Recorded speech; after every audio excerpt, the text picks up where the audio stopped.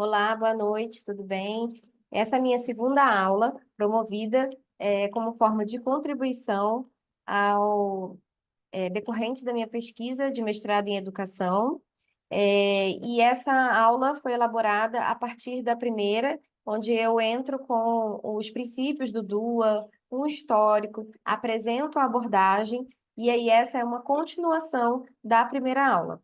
Essa parte 2 vai ser mais voltada para apresentar as bases teóricas que fundamentam o DUA.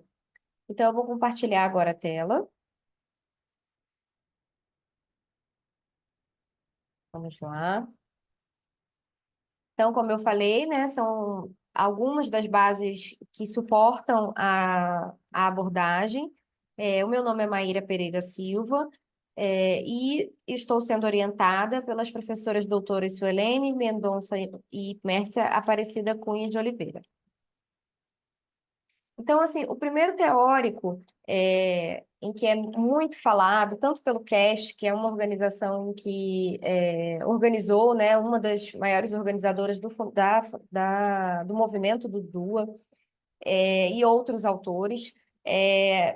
Então, tudo leva para esse primeiro teórico, né, que seria o Vygotsky, que foi importantíssimo para a nossa educação. O Vygotsky, em pouco tempo que ele viveu, né? Para quem não sabe, ele morreu decorrente de uma tuberculose. Ele é um psicólogo russo e ele trouxe contribuições enormes para a educação brasileira e para todo o mundo, na verdade. Então, o Vygotsky, ele enfatiza a importância do ambiente social e das interações sociais na aprendizagem das crianças. Então, o Vygotsky, ele acredita que o meio vai trazer, vai levar para a criança, através de interações, vai se formar novas conexões e aí sim a aprendizagem vai acontecer. Então, o Vygotsky acredita muito numa perspectiva histórico-cultural. Ele argumentou que o desenvolvimento cognitivo é influenciado pelas interações com os outros. Então, se essa criança é colocada sozinha, num meio em que ela não estimulada a fazer novas aprendizagens, ela não faz conexões, não interage com outros. Então, o Vygotsky acredita que isso vai se formar uma barreira e essa aprendizagem dessa criança não vai acontecer.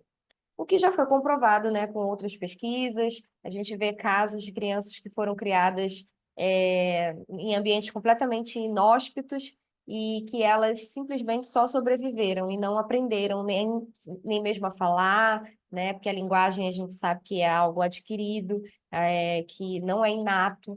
Então, o Vygotsky apresenta isso e ele vai defender piamente essa linha. Então, o DUA acredita, né? O DUA, ele é pautado muito nisso. Então, o que que seria esse meio social para o DUA? O meio social vai se garantir não só na escola, mas a escola é um grande meio em que isso tudo vai acontecer. Por meio da escola, a criança vai aprender, vai socializar, vai ter novas interações, fazer conexões, ela vai se expressar, argumentar, aprender a argumentar com o outro, conviver com o outro. Então, isso está bem paralelo à linha em que o Vygotsky vai nos falar. É, para o DUA, o professor é o grande mediador dessa história. Ele não acredita que a criança também possa aprender sozinha. Então, por meio do professor ou aquele mediador que esteve ali representando, né, a figura de interlocução entre ambas as partes, vai poder propiciar estratégias diferenciadas, vai poder viabilizar novos meios, formas de representação de um conteúdo. Então, esse seria o meio social nessa perspectiva de Vygotsky. Então, o professor ele tem um papel importantíssimo, essencial, para que essa aprendizagem possa acontecer. E também, claro, ele vai ter né, diretamente proporcional ao também um estrago que um professor poderia fazer, né? Hoje a gente sabe que práticas pedagógicas mal direcionadas, atitudes que um professor possa vir a ter com um aluno. Isso pode afetar diretamente a aprendizagem desse aluno. E estudos da neurociência. Então, os estudos que embasam, né, a neurociência da aprendizagem estão muito ligados ao que o DUA quer promover e quer contribuir. Então, busca incorporar princípios, conhecimentos sobre o funcionamento do cérebro humano. O que são esses estudos da neurociência? Os estudos da neurociência, eles vão estar voltados muito para a concepção do cérebro, né? Como ele faz a plasticidade. O que é a plasticidade? É fazer essas conexões neurais, essa neuroplasticidade é a cada vez que o cérebro ele vai se moldando, ele é flexível, ele vai adquirindo novos conhecimentos, ele vai precisando se adaptar, acontece essa neuroplasticidade. Então, os estudos, né, da neurociência buscam incorporar esses conhecimentos para a promoção e concepção de ambientes de aprendizagem mais eficazes e inclusivos. Esse é o grande objetivo da neurociência da educação. Então, mais o que mais? A neurociência ela nos ensina cada vez mais que o cérebro é único e processa informações de maneiras diferentes. Então, assim, a partir do princípio, né, a partir do pressuposto de que o cérebro tem um formato, processa informações de maneiras diferentes, os estudos da neurociência nos levam a interpretar que cada pessoa, cada ser humano é único. Então, ele vai processar informações de formas diferentes. E se ele processa informações de formas diferentes, ele vai aprender de formas diferentes. Então, como eu falei na aula 1, alguns aprendem lendo, outros escrevendo. Quando o professor está ali numa videoaula, por exemplo, esse é o meu caso. Eu preciso estar olhando essa aula, fazendo anotações para que eu possa fazer essa plasticidade neural e aí aprender de fato. Mas tem 1 milhão de cérebros de variabilidades, de formas de aprender diferentes. Então, e a tecnologia, novamente eu retorno, né? Eu gosto muito de falar, a tecnologia a gente tem que usar ao nosso favor. Hoje ela oferece vários recursos que podem estar ajudando, né, nesse sentido. Então, mas o que é flexibilidade e adaptação? Os estudos neurocientíficos mostram que o cérebro humano é altamente adaptável e maleável. Portanto, ele está apto a aprender, fazer novas conexões e aprendizagens, e ele tem esse comportamento adaptativo. E isso é muito bom. E ainda mais hoje a gente sabe que o período em que ele é mais latente disso acontecer é quando a criança é pequena. As crianças pequenas, sabe aquela expressão que, né, que é popularmente conhecida, que as crianças são como esponjas, e é justamente por causa dessa expressão que a gente leva essa conexão da flexibilidade, porque o cérebro é muito maleável e moldável. Então, isso é um ponto a favor para a aprendizagem, né? E por terceiro, a neurociência destaca a importância do engajamento emocional na aprendizagem. Então, os estudos recentes sobre a neurociência da educação nos mostram que sobre essa importância. Para o cérebro aprender, ele precisa estar engajado e motivado. E isso ainda mais para uma criança. Quando uma criança está dispersa, não está prestando atenção naquele determinado conteúdo ou aula, isso fica muito mais difícil de acontecer, essas conexões neurais. E todos esses três pontos em que eu trouxe, eles estão diretamente ligados às bases e os princípios do DUA.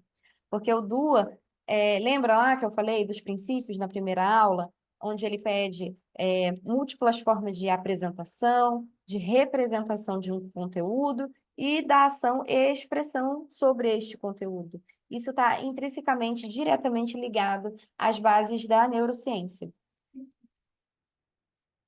E, por fim, vale ressaltar, né, antes da gente falar sobre o Piaget, vale ressaltar que existem outros autores que embasam a perspectiva do DUA, porém não está no meu escopo de trabalho da minha dissertação. Então, eu não teria como, tempo hábil, para falar de todos os teóricos que podem estar ligados ao DUA. Então, eu escolhi esses três, porque foram as bases teóricas mencionadas na minha dissertação. Então, é o que eu tenho um pouco mais de propriedade para poder falar, né? Mas existem inúmeras pesquisas, inclusive o CAST, né, na página oficial, vem trazendo outras bases teóricas. Então, voltando aqui, o Piaget enfatizou a importância da manipulação ativa do ambiente para o aprendizado.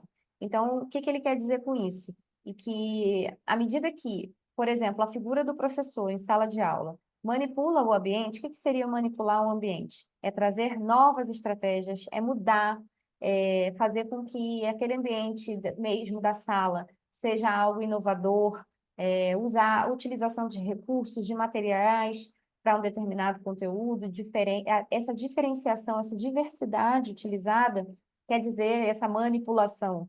Então, que pode estar relacionado isso ao princípio do DUA, que enfatiza a oferta de múltiplas formas de representação. Além disso, Piaget destacou a necessidade de experiências concretas. Então, o DUA, à medida que o professor apresenta novos recursos, né, a gente pode, por exemplo, falar sobre forma geométrica. Vou dar um exemplo aqui. Antigamente, né, no modelo tradicional de ensino, a gente colocava no quadro, desenhava o triângulo, falava o que era, quantas faces, quantas arestas, quantos pontos, e estava tudo certo, era só isso. E aquele aluno que tinha mais dificuldade com o abstrato, ficava perdido. E hoje, e assim, com essa abordagem do DUA, com esse modelo, um professor que planeja uma aula mais universal, ele vai recorrer a diferentes estratégias, não só essa tradicional, porque o tradicional também é importante. Eu não estou dizendo aqui de forma alguma que o professor precisa fazer um malabarismo, virar de ponta cabeça para poder trazer coisas novas, não é isso só. É, sim, além do tradicional, apresentar essa mesma forma de outras formas, né? Esse mesmo conteúdo de outras formas. Então, trazendo, por exemplo, o exemplo do triângulo, das formas geométricas, desculpa, ele pode ser feito com massinha, pode ser feito com palitos de picolé, pode ser feito com barbante, para que seja uma experiência sensorial, em que o aluno pode fechar os olhos, a professora pode fazer um planejamento todo voltado para o sensorial, de percepção tátil. E vai estar ajudando crianças com TEA? Sim. Vai estar ajudando crianças com transtorno intelectual? Também. Mas também vai estar ajudando aquele aluno que tem dificuldade com o abstrato. É aquele aluno que tem dificuldade e precisa apalpar os recursos. Então, é nisso. Eu acho que a grande pegada do DUA e que o Piaget quis trazer é que essas atividades mais práticas, concretas, diversificadas, promovem, além de uma aprendizagem mais significativa, é uma aprendizagem que atinge mais pessoas. Se abrem novas formas, novos canais de ensino. Eu acho que esses teóricos estavam, acho não, tenho certeza, eles estavam à frente do seu tempo, porque isso já faz décadas, quase uma centena, né? Que se vem falando isso. E por que será que a nossa educação não atende, né? Existe uma série de barreiras para que isso aconteça, sejam elas de formação, de recursos oferecidos, o governo, né, falta de apoio do governo, enfim, tem uma série de barreiras, mas que podem ser atenuadas com essas novas ondas, essas novas propostas de ensino. E é por isso que eu estou aqui, como forma dessa contribuição. Então, para sintetizar, né, o que foi falado, o meu trabalho, né, de dissertação, ele traz essas três bases teóricas que estão articuladas ao DUA, que seriam Vygotsky, a neurociência e Piaget. Vygotsky, que está relacionado à mediação pedagógica, ele enfatiza essa importância do professor, que faz essa mediação entre as partes, numa perspectiva histórico-cultural, né? O meio é muito importante para a aprendizagem dessa criança acontecer. A neurociência, que os princípios, né, variedade de estratégias e compreensão da neurodiversidade, em que a gente olha para aquele cérebro como um único cérebro variável, e que existem múltiplas formas de aprendizado, e o Piaget, que enfatiza a importância da interação ativa com o ambiente e na forma de oportunidades diversificadas para aprender e demonstrar também conhecimento. É isso, essas são as referências que eu utilizei, que eu li para poder dar essa aula. Mais uma vez, eu disponibilizo o link de avaliação dessa aula como forma de contribuição e também de avaliação, para que o público que está vendo essas aulas possam contribuir com críticas, com sugestões, até também com elogios. Muito obrigada.